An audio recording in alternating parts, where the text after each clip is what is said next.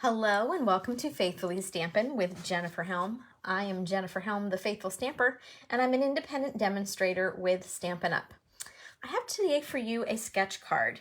It's a simple design, simple layout. I can't give credit to the original designer of the card because it didn't have much information on it. It said it was a BTC sketch card, so I'm not sure what that stands for.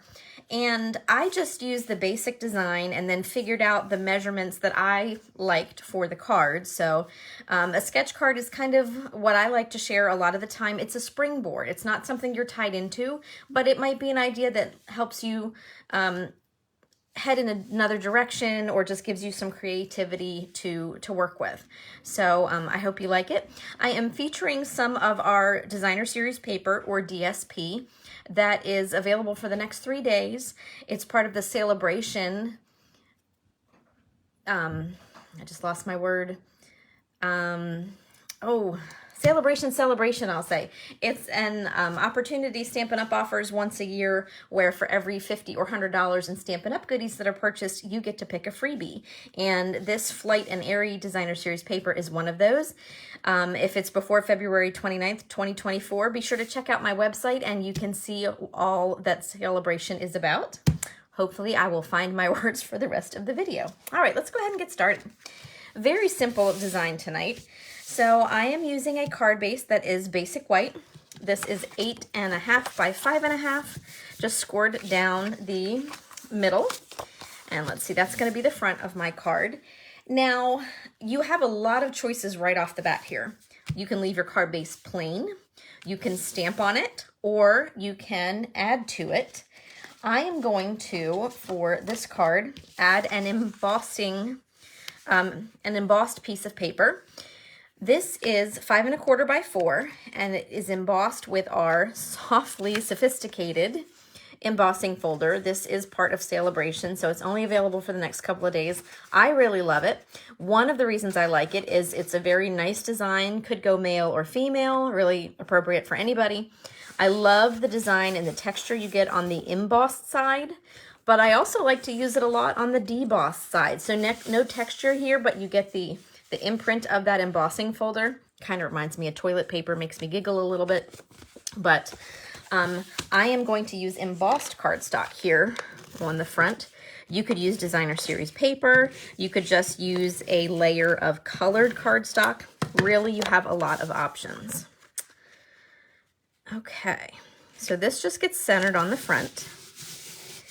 And now I'm going to start adding some panels of designer series paper. So this first panel that I'm going to use is 1 3/4 inches wide. Nothing wants to come off the table tonight. By 4 inches tall. Now I determined the measurements for this. So if you want to make it skinnier and longer, go right ahead. This is just really a basic guideline for you to follow. And you could use embossed cardstock for these pieces. You could use plain cardstock, stamped cardstock, whatever you like. Like I keep saying, this sketch is just a basic kind of idea for you to follow. So I'm going to put this one up towards the top a little bit and towards the fold in the card. You do not need any specific glue. This is Stamp and Seal. I am giving this a little press because of that embossed panel. I want to make sure it sticks. So my second panel, this is 1 1/4 inches wide by 4 1/4 inches tall. So a little bit narrower, just a smidge longer. And this one I'm going to glue right over the top. Now, you could pop every single thing on here on dimensionals, or you can lay it all flat. You can do a mix of both. Really, really up to you. I am going to just pop the final thing that I put on the card here. This one I'm going to offset a little bit more to the right. It's not quite centered, but it's kind of close. Now, I'm going to take a square. This is a 2 1/4 inch square of boho blue. I'm pulling everything from this designer series paper for the card. And I thought about just putting this on the card, but I didn't like how it looked. I wanted to add a layer. So to this 2¼ inch square, I'm going to add a 2-inch square of basic white, just like this, and I'm going to stamp my sentiment on this piece in just a minute. So my stamp set tonight has walked, there it is. I thought it walked off my table.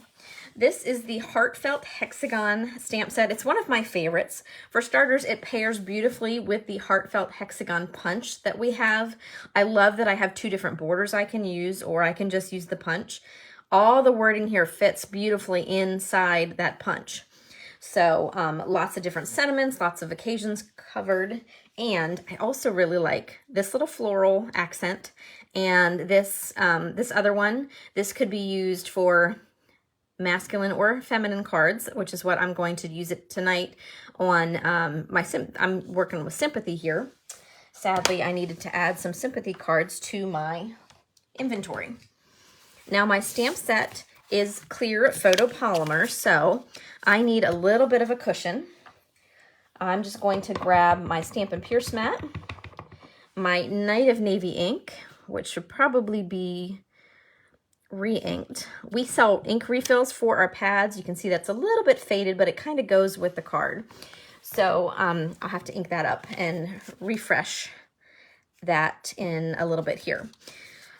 So I'm gonna let this dry for a minute. I'm gonna go ahead and do the rest of my stamping while I have my mat out. Now, I'm gonna kind of be brave here. I did not do my stamping. I'm gonna stamp directly on the card. A lot of time when I use colored cardstock, I will use a panel inside, but since this is white to begin with, I'm just using the card base itself. So hopefully I won't mess up, although I can cover it up. All right, so with sincere sympathy. Ooh, I'm starting to get tongue-tied. There we go. And then I mentioned that little accent stamp. I always like to have a little something. The words are fine, but I like to dress them up just a smidge. I don't need to go real ornate, but I like how simple those accents are. And to keep it going, I'm gonna grab my envelope and use that same accent stamp. I know that would catch my eye if it was in my mailbox, so I really like to add a little something to my cards and envelopes. Okay, now, whoop, that can go away because I'm all done my stamping. So I'm going to come back to this. These two will get layered together, and then I'm going to put these on the card. You can see I put my stamping up towards the top because I don't want to lose it behind the circle that I'm going to add in a minute. So this could be popped again on dimensionals or put on flat.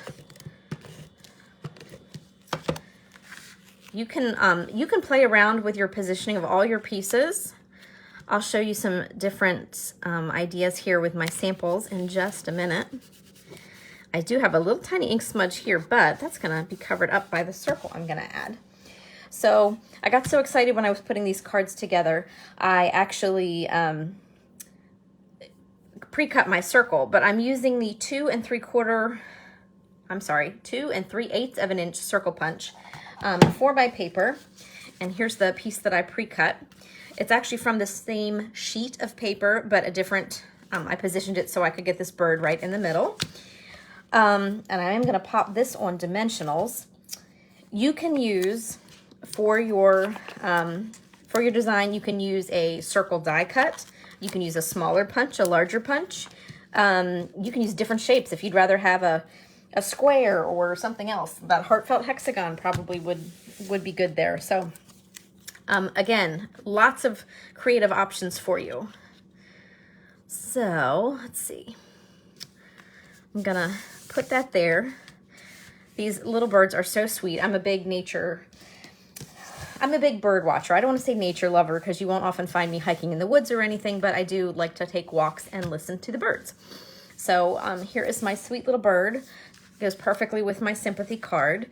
So although I hate to send them, I love that I can send pretty cards to people who need a little hug from me. Now to finish this off, I'm going to add some bling, some embellishments. These are our tinsel gems. This is the 4-pack. We actually specify because there's a 3-pack as well.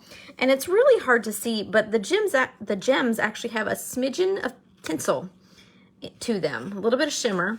It's very low key though, so it almost disappears sometimes. But I like the darker blue, so it pops just a little bit on the paper. So I'm going to add a couple of these to my card here. I tend to work in odd numbers, sometimes 3, sometimes 5. I think I'm going to stop with 3 there. All right, so there is our quick, simple sketch card. And you can see here, just by changing the focal point, here are 3 cards, all the same, but they each have a different look because of where the bird was positioned on the paper. Really great to mass produce because you can do all your cutting at one time and then all your assembly. I love cards that do that. All right, and then let me show you some other designs. So here is one. Sadly, I needed some Get Well cards too. So here I used nothing but DSP on the front of the card, the designer series paper. I used it for my back panel, I used it for the square, I used it for the strips, everything coordinates. And then I used our Playing in the Rain stamp set to add my little turtle. I colored him specifically to match the card. He's a little non-standard. The Get Well Soon is from our Ringed with Nature set. And then there's the inside. And our little turtle had some friends in the stamp set, so here is his little buddy, the fox. I just thought these were really cute, and I know these would brighten my day. And then last but not least, here is the bunny. So 3 little friends here dancing in the rain, sending some good feelings to people. All right, next I have some, they could be belated Valentines, but they are also great for I Love You cards. Here I used, again, that Softly Sophisticated embossing folder. I changed up my card base. This is the long skinny style, the 4 1/4 by 11, scored at 5.5.